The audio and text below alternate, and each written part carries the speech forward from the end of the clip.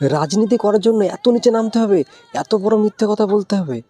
দেখুন বিজেপি নেতার কাণ্ড। আজ পাণ্ডবেশ্বরে হুচুরডাঙ্গা এসছি।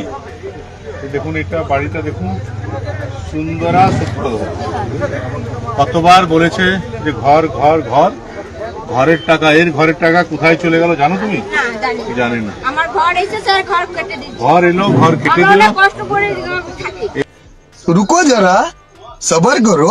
তোমার হ্যাঁ, এই ঘরটি আমার। দেখুন কি সমস্যা। আচ্ছা, এই ঘরটা যে তোমার, তো একটু আগে আমাদের একটা ওই এসছিল, ওই যে হাবল নাকি ওই কি নাম তেওয়ারি, হ্যাঁ। সে এসে তোমাকে এই একটা ঘর দেখাচ্ছে। সেই ঘরটা কি ওই গোয়াল ঘরটা নাকি? এগুলা দেখুন। আচ্ছা আচ্ছা, ওই গোয়াল ঘর, ওই যে গোয়াল ঘর, এই যে গোয়ালা। মানে হচ্ছে গোয়াল ঘরকে দেখাই, তোমাকে বলেছে যে ঘর পাও নাই। আচ্ছা, এই তো যখন তোমার ঘর, নিশ্চয়ই দিদি তো তোমাকে তাইলে এত সুন্দর ঘর থাকলে তো আর ঘর দেবে না। না, ঘর দেওয়া যায় না।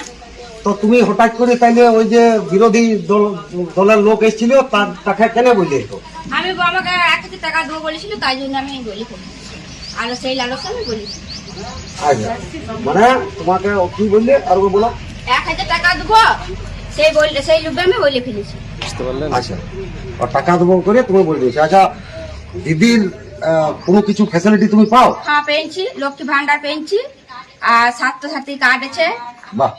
আর আমার মেয়ে কি বলে কন্যাশ্রী, রূপশ্রী, হুম। এগুলা পাই। এখন বাহ। আমার মেয়ে পড়ছে।